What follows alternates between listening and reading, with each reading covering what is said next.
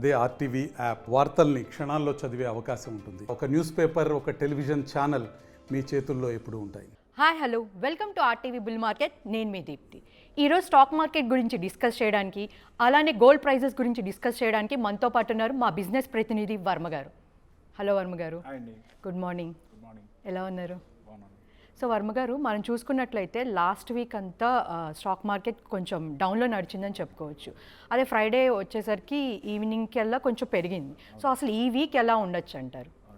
మీరు అన్నది కరెక్టేనండి. బడ్జెట్ దెబ్బతోటి స్టాక్ మార్కెట్ మొత్తం కింద మీద అయిపోయింది.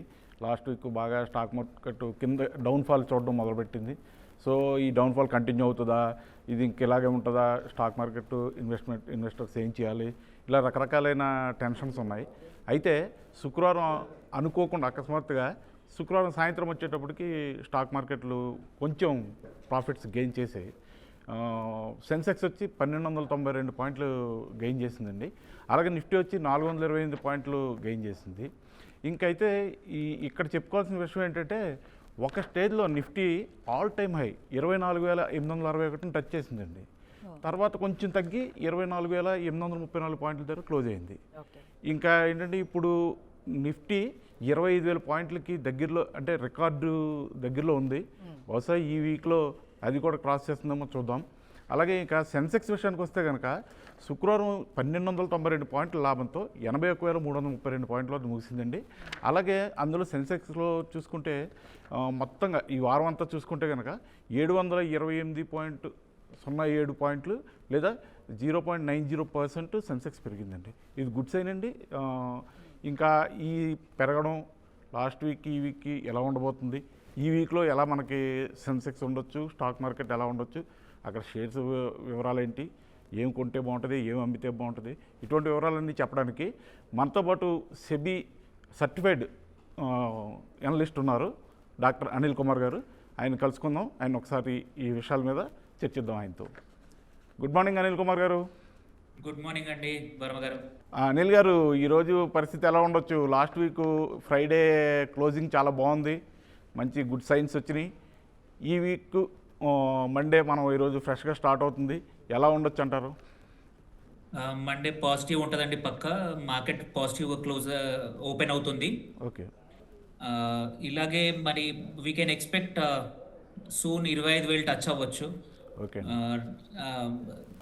రీజన్ ఏంటంటే మార్కెట్స్, గ్లోబల్ మార్కెట్స్ కూడా బాగా పర్ఫామ్ చేస్తున్నాయి.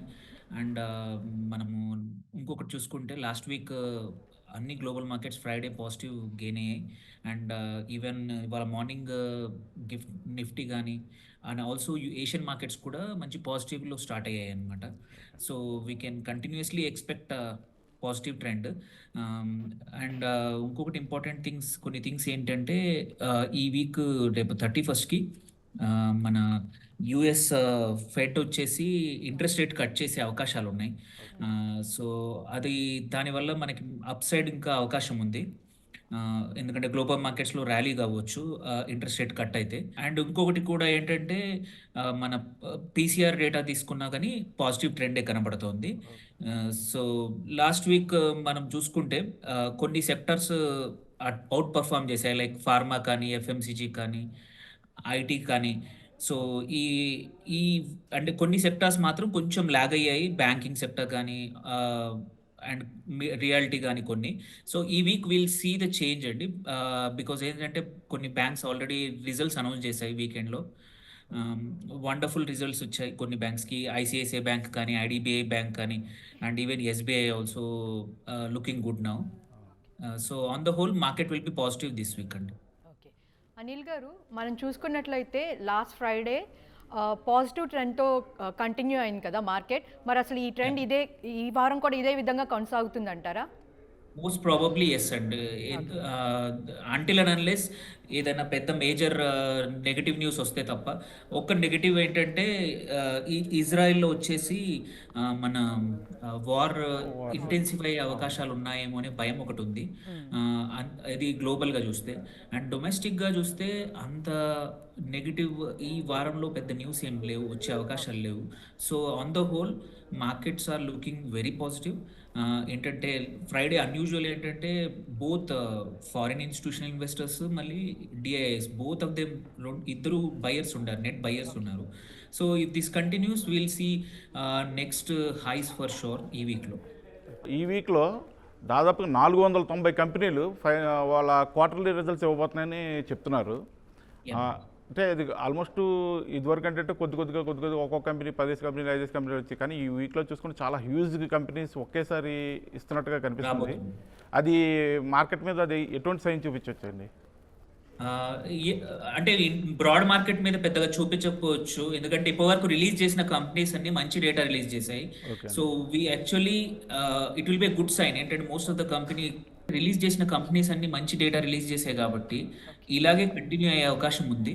సో ఈ వీక్ బ్రాడ్ మార్కెట్ పెద్దగా వెదర్ సెన్సెక్స్ కానీ నిఫ్టీకి కానీ ఆర్ మిడ్ క్యాప్ కానీ ఎటువంటి ఇండెక్స్ కూడా ఇంకా పాజిటివ్స్ అయ్యే అవకాశం ఉంది.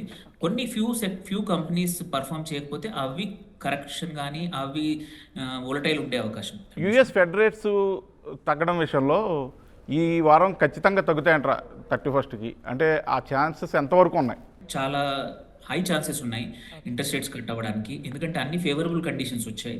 వెదర్ యూఎస్ జీడిపి నంబర్స్ కానీ, యూఎస్ ఎంప్లాయ్మెంట్ నంబర్స్ కానీ, యూఎస్ ఇన్ఫ్లేషన్ నంబర్స్ అన్నీ కూడా ఫేవరబుల్గా ఉన్నాయి. సో అందుకే దిస్ ఈస్ ద హై. అంటే ఈసారి కట్ అయితే ఏంటంటే సెప్టెంబర్ నుంచి ఈ రేట్ కట్స్ ఇంప్రూవ్ అవుతాయి. ఇది యూజువల్లీ ఏంటంటే యూఎస్ని చూసి చాలా కంట్రీ సెంట్రల్ బ్యాంక్స్ కూడా వాళ్ళ రేట్ కట్ రెజ్యూమ్ స్టార్ట్ చేస్తాయి.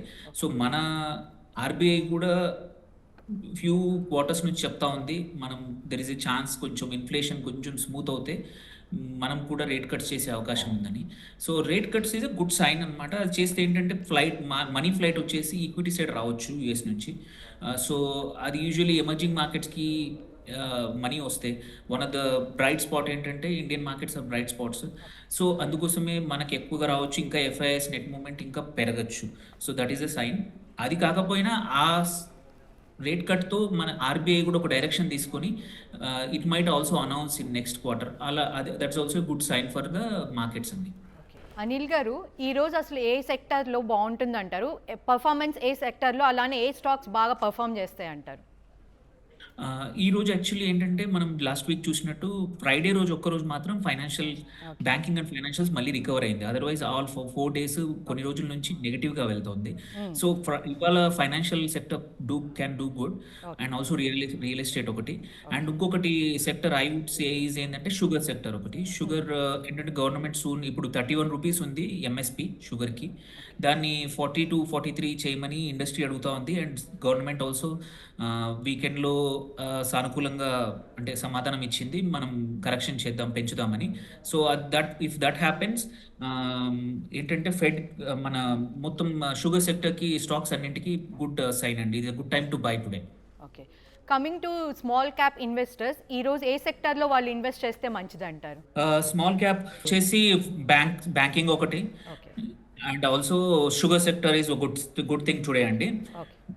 కొన్ని స్టాక్స్ ఉన్నాయి which are positive, looking positive. So వాటి గురించి చెప్తానండి ఒకసారి. ఫస్ట్ షో బ్యాంకింగ్లో వచ్చేసి మనం ICICI, IDFC and PNB 3 banks looking good అండి. వీ కెన్ ఎంటర్ అవ్వచ్చు. రిజల్ట్స్ బాగా ఉన్నాయి, పర్ఫార్మెన్స్ బాగుంది, అండ్ మూమెంటం కూడా బాగుంది. దాంతోపాటు వచ్చేసి సిమెంట్ సెక్టర్లో పెద్ద కన్సాలిడేషన్ జరిగింది. ఇండియా సిమెంట్ని అల్ట్రాటెక్ కొనింది. So UltraTech is a good buy now considering వాటి మార్కెట్ షేర్ బట్టి చూసుకుంటే. అండ్ ఇంకోటి ఫార్మాలో వచ్చేసి డాక్టర్ రెడ్డీస్, చాలా రోజుల నుంచి waiting for good results and it's good performance, market data బాగుంది. So it's a good time to enter doctor Reddy's అండి. స్మాల్ క్యాప్స్ వచ్చేసి ఒకటి సుమిటోమో కెమికల్స్ ఒకటి, అండ్ ఇంకోటి మదర్స్ అండ్ సుమి అది ఒకటి బాగుందండి. దాంతోపాటు షుగర్ స్టాక్స్ నేను చెప్పినట్టు బలరామ్ చీనీ ఒకటి, Dalmia Bharat and KCP sugars, ఈ 3 షుగర్ స్టాక్స్ కూడా small క్యాప్సే. These are good time to enter these once.